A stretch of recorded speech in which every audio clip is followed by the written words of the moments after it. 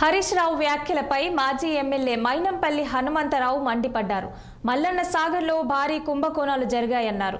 ఎన్నికల తర్వాత అక్రమాలకు పాల్పడ్డ వారి చిట్ట విప్పుతామని ఆయన మండిపడ్డారు. డబుల్ బెడ్రూమ్ విషయంలో డబ్బులు తీసుకున్న వారిని వదలబోమన్నారు.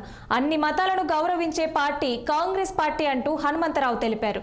రేపు జరగబోయే రేవంత్ రెడ్డి సభను విజయవంతం చేయాలని ప్రజలను ఆయన పిలుపునిచ్చారు. గ్రేటర్ హైదరాబాద్ లో కాంగ్రెస్ గెలవడం బాధగా ఉందన్నారు మైనంపల్లి హనుమంతరావు. గెలిపించుకొని రండి, మీకు అభివృద్ధికి డోకా ఉండదు, మీరు ఊహించని విధంగా నేను అభివృద్ధి చేస్తానని చెప్పి ప్రామిస్ చేశారు. అదే విధంగా ప్రజలందరూ కూడా సహకరించాలని చెప్పి విజ్ఞప్తి చేస్తా ఉన్నాను. మరి నిన్న హరీష్ రావు గారు కామెంట్ చేస్తా ఉన్నారు, అంటే ఇంకా ప్రభుత్వంలో ఉన్నామనే విధంగానే ప్రవర్తిస్తా ఉన్నారు.